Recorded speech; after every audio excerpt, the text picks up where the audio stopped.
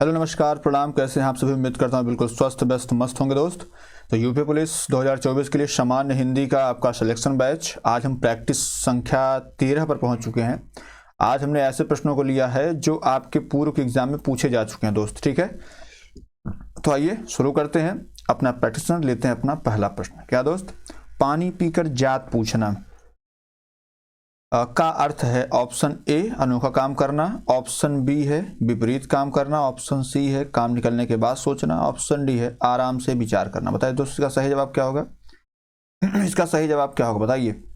देखिए, पानी पीकर जात पूछना एक मुहावरा है और इसका अर्थ है कि काम निकलने के बाद सोचना, ठीक है। काम निकलने के बाद सोचना कि भाई हम वो कौन था कैसे था, तो पानी पीकर जात पूछना है ना, काम निकलने के बाद सोचना। चलिए दोस्त आगे बढ़ते हैं, दूसरा प्रश्न लेते हैं। क्या है, वाक्यों का वर्गीकरण मुख्यतः कितने प्रकार से होता है। अब ऐसे प्रश्न अगर आप आ रहे हैं और आप रट करके बैठे तो आप पक्का गलत करेंगे। ऑप्शन ए है 2, option B 3, option C 8, option D 5। आप पता किए हैं कि साहब वर्गीकरण जो होता है कि जैसे वाक्य के कितने, आपने पता किया है कितने भेद होते हैं। आपने ये रट रखा है कि साहब वाक्य के कुल 8 भेद होते हैं, है ना। रचना के आधार पर वाक्य के 8 भेद होते हैं, अर्थ के आधार पर वाक्य के 8 भेद होते हैं, रचना के आधार पर वाक्य 3 भेद होते हैं। आपने रट डाला पूरा। पूछा यहाँ क्या गया है, वाक्यों का वर्गीकरण मुख्यतः कितने प्रकार से होता है। मतलब वाक्यों का वर्गीकरण आपने तो पढ़ा तो है, लेकिन ये पूछ रहा वर्गीकरण होता कितने प्रकार से है। तो दोस्त वाक्यों का वर्गीकरण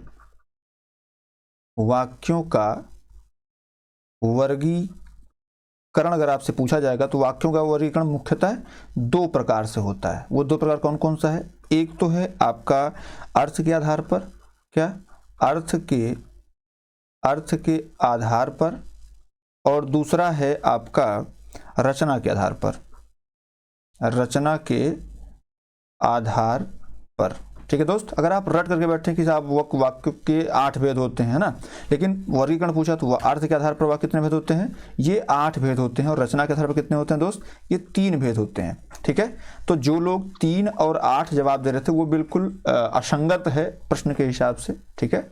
तो इसमें जो है आपका ऑप्शन ए बिल्कुल सही हो जाएगा। वाक्य का वर्गीकरण मुख्यतः 2 प्रकार से हो सकता है, ठीक है। चलिए आगे बढ़ते हैं दोस्त, तीसरा प्रश्न लेते हैं। क्या है, शुद्ध शब्द चुनिए। ऑप्शन ए गंगा जल, ऑप्शन बी बेबुनियाद, ऑप्शन सी बड़ा सा, ऑप्शन डी चौपाया। बताइए उसका सही जवाब क्या होगा। अगर हम बात करें दोस्त शुद्ध शब्द की, तो हिंदी वर्तनी में मुख्यतः जो एक महत्वपूर्ण नियम है, सा जैसा आदि सारूप्यवाचकों के पूर्व जो है एक हाइफन लगता है। अगर यहाँ पे आपको सा लिखना है ना, जैसा लिखना है, तो वो आपको हाइफन, जैसे हम कहें कि तुम सा कोई प्यारा कोई मासूम नहीं है, तो अगर आप ऐसे चाहे तुम सा लिख दें तो ये गलत हो जाएगा। कैसे लिखेंगे आप, यहाँ लिखेंगे तुम सा, तो ये सही हो जाएगा, है ना। राम जैसा, तो राम और हाइफन लग जाएगा जैसा, तो ऐसे लिखा जाता है। ये जब आप समीक्षा अधिकारी एग्जाम में बैठेंगे तो वहां पे वाक्य शुद्धि में आपके काम आ सकता है दोस्त, ठीक है। तो तुम सा या राम जैसा, जैसा शब्द या सा जहां भी आता है तो उसके पहले हाइफन लगता है। तो अब देखिए यहाँ पे बात कर लेते हैं, तो इसमें आप देख पा रहे हैं बड़ा सा, तो इसमें आपका ऑप्शन नंबर सी जो है बिल्कुल सही हो जाएगा।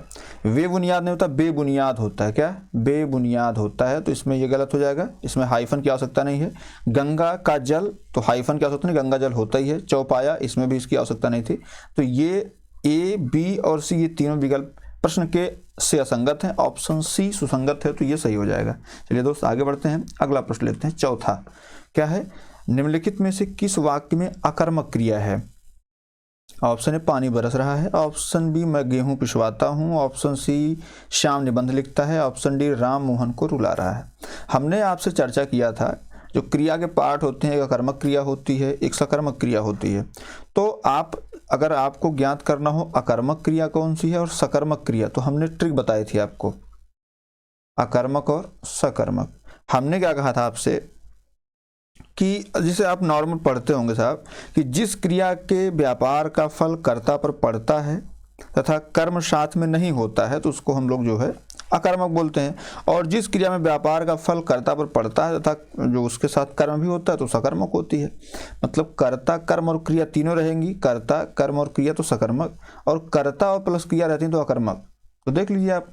अब इसमें करना क्या है, जैसे आप ये करिए कि साहब इसमें जो क्रिया है, क्रिया से पहले किसे या किसको, इसका प्रश्न आप कर लीजिए, तो जो मिलेगा उत्तर वही आपका जो है वो सकर्मक हो जाएगा। नहीं मिलता है, जैसे बरस रहा है तो किसे बरस रहा है या कहाँ। अब ऐसे नहीं कि चाहे जो आप पूछिए सबका, जिसे हम कहें कि चिड़िया आसमान में उड़ती है, तो उड़ना क्रिया है, चिड़िया उड़ती है, कहाँ उड़ती है, तो क्या और कैसे, ये दो प्रश्न आपको पूछना है। ठीक है, तो पिसवाता है, क्या पिसवाता है, गेहूं पिसवाता है, बिल्कुल सही जवाब है। लिखता है तो क्या लिखता है, निबंध लिखता है, बिल्कुल सही जवाब है। रुला रहा है तो किसको रुला रहा है, क्या और किसको, दो शब्द आपको पूछना है, क्या किसको। कभी कभी यही जो किसको होता है इसके पहले या इसको आप किसे भी लगा सकते हैं, तो किसे या किसको। तो ये तीनों प्रश्न क्या है, ये तीनों जो आपके ऑप्शन है, जो तीनों विकल्प हैं, ये क्या है, सकर्मक क्रिया के उदाहरण है। किसके, सकर्मक क्रिया के। और हमसे पूछा अकर्मक क्रिया है, तो पानी बरस रहा है, यह एक अकर्मक क्रिया का उदाहरण है। ठीक है, चलिए दोस्त आगे बढ़ते हैं, 5वां प्रश्न लेते हैं। मुझे किस प्रकार का सर्वनाम है। ऑप्शन ए उत्तम पुरुष, ऑप्शन बी मध्यम पुरुष, ऑप्शन सी अन्य पुरुष, ऑप्शन डी इनमें से कोई नहीं। मेरे दोस्त, मेरे भाई, सबसे पहले आपको यह बताना है कि सर्वनाम, प्रश्न यहाँ क्या बन सकता है, सर्वनाम का नाम क्या है। तो सर्वनाम का मतलब क्या होता है, शब्द का नाम। क्या दोस्त, शब्द का नाम। अब यहाँ से दो प्रश्न और बनते हैं, एक तो ये इस सर्वनाम का प्रकार, और दूसरा प्रश्न बनता है मेरे दोस्त सर्वनाम की संख्या। ठीक है, ये दोनों प्रश्न आपसे हो सकता है पूछे जाएं। सर्वनाम 6 प्रकार का होता है, आपको पता है, और संख्या इनकी कितनी है, 11, ये भी आपको पता है। बात क्लियर है। तो अब इसमें हमसे क्या पूछा है, प्रकार में जब आप आएंगे तो इसमें आप जैसे हमसे क्या पूछा, किस प्रकार का सर्वनाम है ना। तो आपको पता है, जैसे हम लोग उत्तम पुरुष, मध्यम पुरुष, अन्य पुरुष पढ़ते हैं जो, तो उसमें उत्तम कौन होता है, मैं। तो मैं का मुझे ही होता है, तो जाहिर सी बात है, देखिए कभी भी मैं उत्तम होऊंगा, जो मेरे सामने होगा वो मध्यम होगा, और जो कहीं अन्य जगह हो जाएगा वो होता है अन्य पुरुष। तो इसमें मैं, मुझे, मेरा, मुझसे, मुझको, ये जब भी आएगा तो आप उत्तम पुरुष मारेंगे। ठीक है दोस्त, चलिए आगे बढ़ते हैं, 6ठा प्रश्न लेते हैं। अर्थ के आधार पर शब्द के कितने प्रकार होते हैं। ये देखिए, इसमें बाकायदे क्लियर दे दिया, अर्थ के आधार पर शब्द के कितने प्रकार होते हैं, ये पूछ रहा है। Option A 3, option B 4, option C 5, option D 7। बताइए दोस्त। देखिए, अर्थ के आधार पर शब्द के जो प्रकार हैं वो बताए गए हैं, कौन से, 4। अब आप कहेंगे साहब 4 कौन कौन से हैं, तो एक शब्द होता है एकार्थी। क्या है, एक एकार्थी होता है। एक होता है आपका अनेकार्थी, एक एकार्थी, एक अनेकार्थी। तीसरा प्रकार जो होता है उसको समानार्थी बोलते हैं, समानार्थी। ठीक है, और जो चौथा प्रकार है मेरे दोस्त वो है विपरीतार्थी। क्या है, विपरीतार्थी। ठीक है, विलोम शब्द, समानार्थी मतलब पर्यायवाची। तो ये 4 प्रकार शब्द के अर्थ के आधार पर जो है ये बताए जाते हैं। ठीक है, ऑप्शन बी इसमें बिल्कुल सही है। चलिए दोस्त आगे बढ़ते हैं, 7वां प्रश्न। लालटेन शब्द निम्न वर्गों में से किस वर्ग में आता है। ऑप्शन ए तद्भव, ऑप्शन बी तत्सम, ऑप्शन सी देशज, ऑप्शन डी विदेशज। बताइए दोस्त। देखिए होता क्या है, जैसे हम लोग कहें कि विदेशज शब्द क्या होता है, तो जो शब्द विदेशी भाषाओं से ज्यों के त्यों अथवा परिवर्तित रूप में हिंदी में प्रयोग किए जाते हैं वो विदेशज शब्द कहलाते हैं। देशज क्या है, जो हमारी बोली और जो हमारी भाषाओं के थ्रू आते हैं, जैसे डायरेक्ट लिए गए हैं वो देशज में आते हैं। तत्सम, संस्कृत भाषा से जो सीधे ले लिए गए हैं वो तत्सम होते हैं हूबहू। और तद्भव वो होते हैं जो हिंदी में होते हैं, मतलब तत्सम का टूटा हुआ रूप। ठीक है, हिंदी से जो लिए गए हैं। तो अब देखिए, अब इसमें क्या है, लालटेन किस वर्ग में, आपको पता है कि लालटेन जो शब्द है, लालटेन, फिर आप एक जो सबसे ज़्यादा इस्तेमाल करते हैं बोतल, लालटेन हो गई, बोतल हो गई। आप एक चीज बोलते हैं आदमी, आदमी। आप बोलते हैं तारपीन, क्या बोलते हैं, तारपीन। ये शब्द आपसे पूछे गए हैं बार बार। आप बोलते हैं तोप, है ना। आप बोलते हैं अमीर, आप बोलते हैं टिन, आप बोलते हैं नोटिस। अब बताइए सर, ये जो शब्द हमने लिखे हैं ये किसके हैं, बोतल, या इसको बॉटल भी बोलते हैं, बोतल, अमीर, आदमी, तारपीन, तोप, अमीर, टिन, नोटिस, ये क्या है, ये विदेशी शब्द हैं। क्या दोस्त, ये विदेशी शब्द हैं, इसको आप ध्यान रखिएगा, ये आपके एग्जाम में दिख सकता है सीधे सीधे। ठीक है दोस्त, चलिए आगे बढ़ते हैं, 8वां प्रश्न लेते हैं। यशोदा में प्रयुक्त संधि का नाम बताइए। स्वर, व्यंजन, विसर्ग या इनमें से कोई नहीं। बताइए दोस्त। देखिए, हम अगर यशोदा को तोड़ेंगे दोस्त, यशोदा, तो यशोदा को जो हम तोड़ते हैं तो ये टूटता है किसमें, यशः धन द, यशः धन द, इसी में टूटता है ना दोस्त, यशः धन द में। तो अब जाहिर सी बात है यशः धन द है, तो विसर्ग के पहले अ हो और वर्ग के प्रथम में द्वितीय वर्ण को छोड़कर अन्य कोई वर्ण यार अलावा हो तो उनसे मिलकर ओ, ये तो अलग मतलब प्रक्रिया है। अब भाई यहाँ पे दा आया हुआ है तो यशः धन दा करेंगे तो उसमें विसर्ग है और यार अलावा ह हो तो वो अ और विसर्ग मिलकर के ओ हो जाते हैं। तो यहाँ से जो है ये मिले विसर्ग और ये, तो ये हो गए यशोदा। क्या होगा दोस्त, यशोदा। तो अब बताइए दोस्त इसका सही जवाब क्या है, ये विसर्ग संधि का उदाहरण हो जाएगा। ठीक है दोस्त, चलिए विकल्प सी बिल्कुल सही जवाब है। आगे बढ़ते हैं, 9वां प्रश्न लेते हैं। कुर्सी पर मास्टर जी बैठे हैं, इस वाक्य में कुर्सी शब्द किस कारक में है, करण कारक, संप्रदान कारक, संबंध कारक, अधिकरण कारक। आपको पता है जो कारक हमारे 8 हैं, एक तो कर्ता, कर्ता, एक होता है कर्म, एक होता है करण, एक होता है संप्रदान, एक होता है अपादान, एक होता है अधिकरण, एक होता है संबंध, एक होता है संबोधन। ठीक है, तो ये इतने हैं, देख लीजिए कितने हैं दोस्त 1 2 3 4 5 6 7 8। तो इसका चिन्ह क्या होता है, कर्ता ने कर्म को करण से या के द्वारा, संप्रदान के लिए अपादान से अलगाव के अर्थ में, अलगाव के अर्थ में, अधिकरण में पर, संबंध का की के राजी रे नानी ने, संबोधन हे अरे भो। ठीक है दोस्तों, ये कहानी आपकी पूरी है। अब इसमें देखिए कुर्सी पर मास्टर जी बैठे हुए हैं, तो कुर्सी पर बैठे हुए हैं दोस्त, है ना। तो अब आपको दिख रहा है कुर्सी पर बैठे मतलब अधिकरण कारक इसमें हो जाएगा। तो ऑप्शन डी बिल्कुल सही जवाब, बहुत ज़्यादा दिमाग लगाने की आवश्यकता नहीं है। 10वां प्रश्न लेते हैं दोस्त, बहुव्रीहि समास का उदाहरण कौन सा है। आपको पता है बहुव्रीहि समास में 2 शब्द मिलते हैं और ये तीसरा अर्थ देते हैं, तो ये बहुव्रीहि समास होते हैं। देख लीजिए पंचवटी, कर्णोपति, चतुर्भुज, चरण कमल। तो चरण के समान कमल, तो ये विशेषण विशेष से हो गए, तो ये तो कर्मधारय के रूप में आ सकते हैं। चतुर्भुज 4 भुजाओं वाला, तो ये तो आपका हमने कहा था संख्यावाची, संख्यावाची और प्लस संज्ञावाची हो तो ये जो है द्विगु में चले जाते हैं। हालांकि बहुव्रीहि समास का भी उदाहरण है, चतुर्भुज भी ब्रह्मा जी का है ना, कर्णोपति।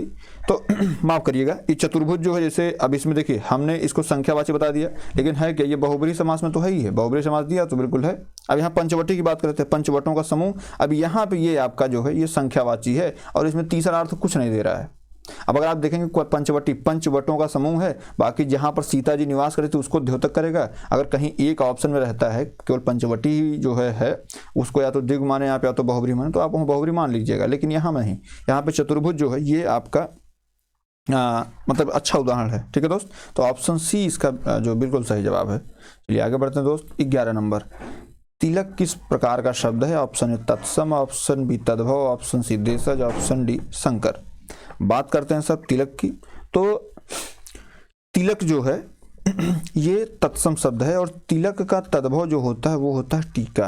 क्या होता है, टीका। तो इसको भी आप समझिए, ऑप्शन ए बिल्कुल सही जवाब है। दोस्त क्लास आपको अच्छी लग रही है तो आप इसको लाइक कर सकते हैं, शेयर कर सकते हैं, सब्सक्राइब कर सकते हैं। ठीक है, चलिए आगे बढ़ते हैं। 12 नंबर।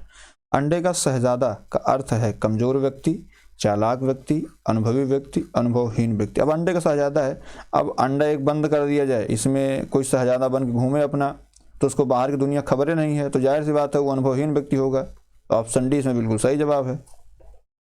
चलिए आगे बढ़ते हैं। 13 नंबर। प्रति उत्पन्न मति, उत्तर न देने की क्षमता, जो फिर से उत्पन्न हुआ हो, जिसकी बुद्धि में नई नई बात उत्पन्न होती हो, जो तत्काल सोचकर उत्तर दे सके। बताइए दोस्त इसका सही जवाब क्या होगा।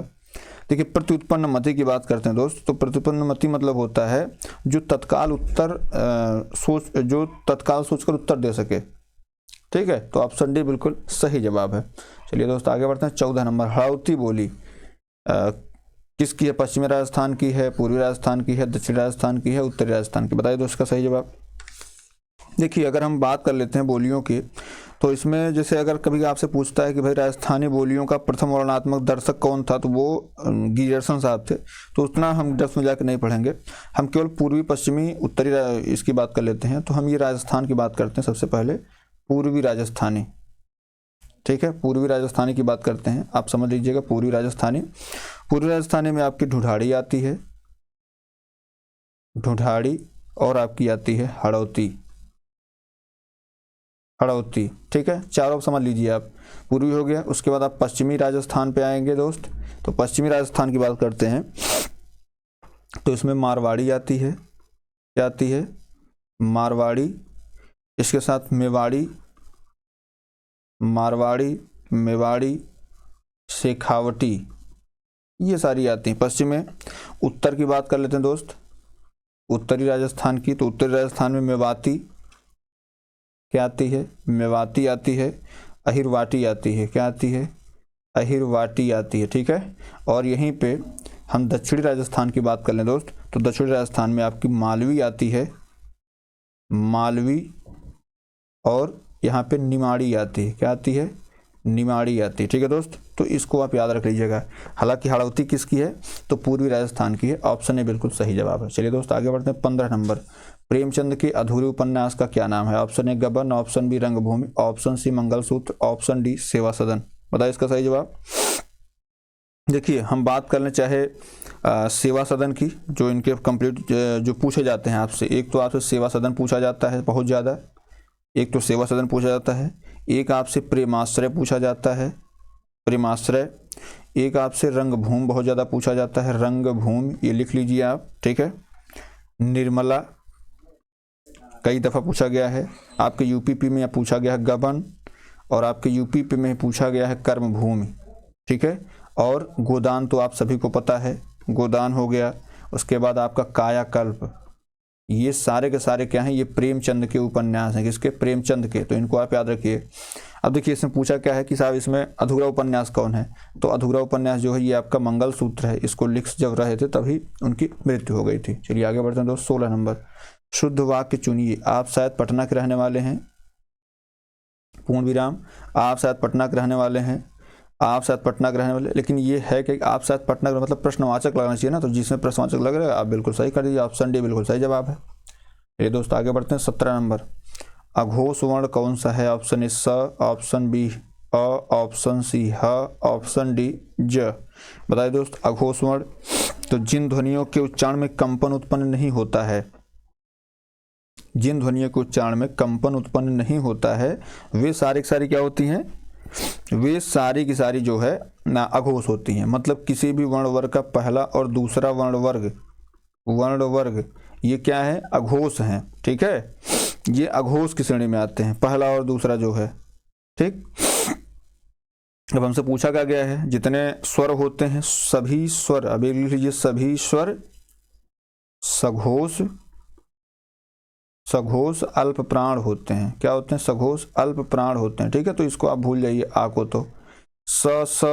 अब हा को आपको पता है, हा जो है ये अगर हा की बात करें तो ये अघोष है ना। स ये तीनों सघोष हैं।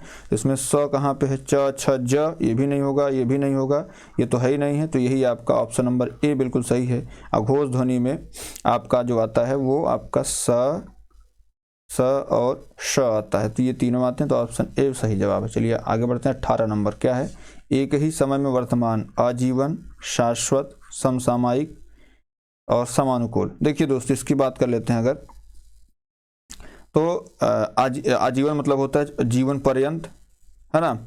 शाश्वत मतलब होता है हर समय चलने वाला, मतलब बहुत पुराने समय से चला रहा, शाश्वत। और इसमें समानुकूल, जो असमान रूप से अनुकूल है उसको समानुकूल बोलते हैं। एक ही समय में वर्तमान, तो इसको समसामयिक बोलते हैं। तो आप देखते होंगे समसामयिक घटना चक्र आती है। 19 नंबर, पार्थिव, जिसका संबंध मनुष्यों से है, जिसका संबंध प्रथा से है, जिसका संबंध ईश्वर से है, जिसका संबंध पृथ्वी से है। तो पार्थिव जैसे हम लोग देखते हैं कि जैसे गांव में किसी की मृत्यु हो जाती है, शहर में कहीं पे भी जब किसी की मृत्यु होती है तो कहा जाता है पार्थिव शरीर। क्या, पार्थिव शरीर। तो आपने कभी सोचा कि पार्थिव शरीर क्यों कहते हैं, क्योंकि उस शरीर का संबंध किससे है, पृथ्वी से। और पृथ्वी जैसे होता नहीं कि हमारा शरीर मिट्टी का है और मिट्टी मिट्टी में मिल जाएगी, ऐसा कहा जाता है। तो अगर पार्थिव आपसे पूछा जाएगा तो ऐसा नहीं कि आप प्रथा मार दीजिएगा। पार्थिव का संबंध जो है ये पृथ्वी से, जिसका संबंध पृथ्वी से होता है, जिसका संबंध ईश्वर से होता है वो ईश्वरीय होता है, ठीक है। और जिसका संबंध मनुष्य से मानसिक होता है, मानुषिक, इसके लिए शब्द होता है। चलिए आगे बढ़ते हैं। उद्धत का विलोम शब्द क्या है? सौख्य, विनीत, उत्तम, कोमल।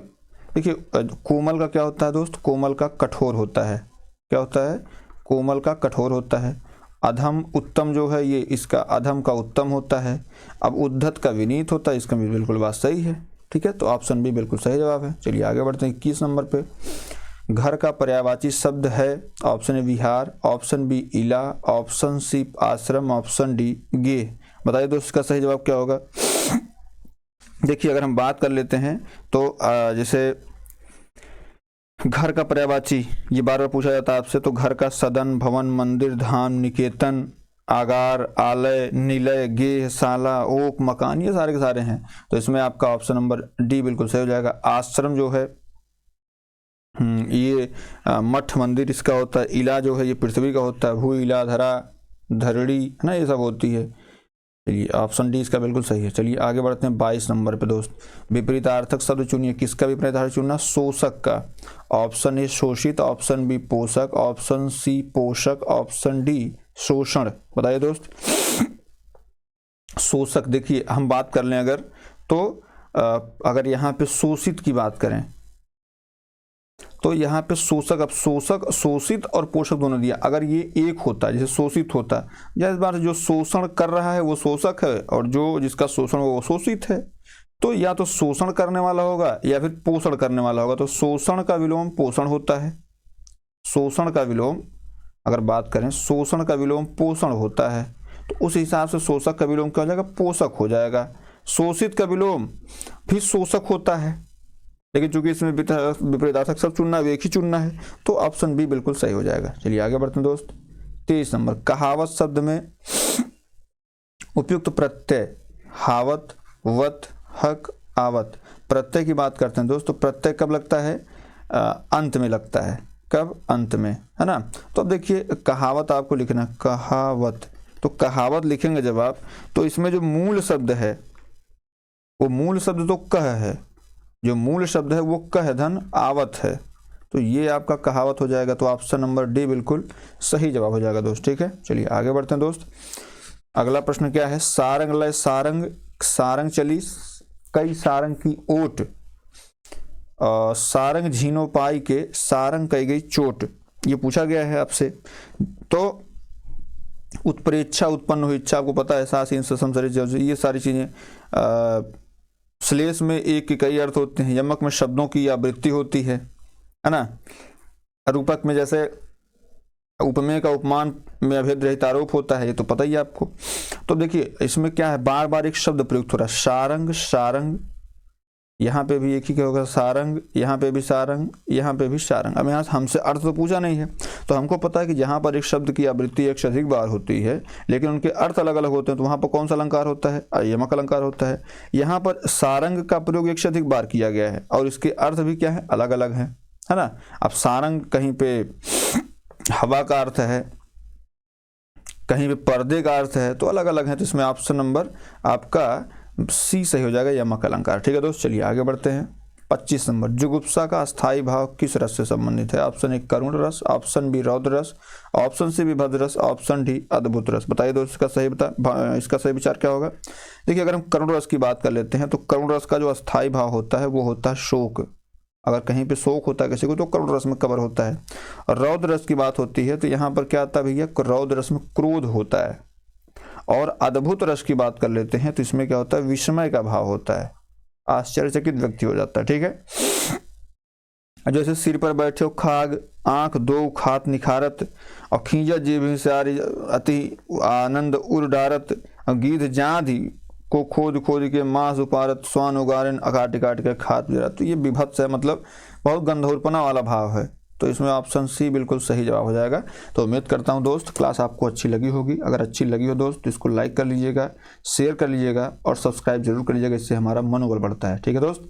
तो अभी तक जुड़ने के लिए आपका बहुत बहुत धन्यवाद। कल फिर मिलते हैं, तब तक के लिए दीजिए इजाज़त। नमस्कार, जय हिंद।